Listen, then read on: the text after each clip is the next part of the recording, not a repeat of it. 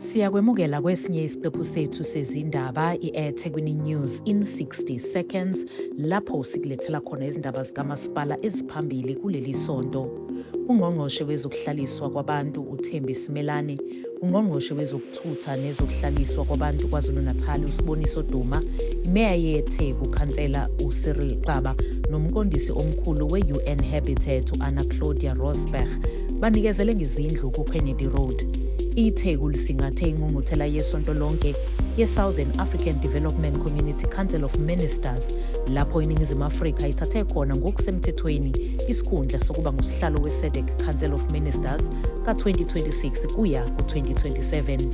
Umasipala weTheku unesibalo sabangasebenzi esingaphansi kunabo bonke omasipala abakhulu baseNingizimu Afrika ngokombiko we-Quarterly Labour Force Survey wekota yesibili ka-2026 okhishwe yi-Statistics South Africa.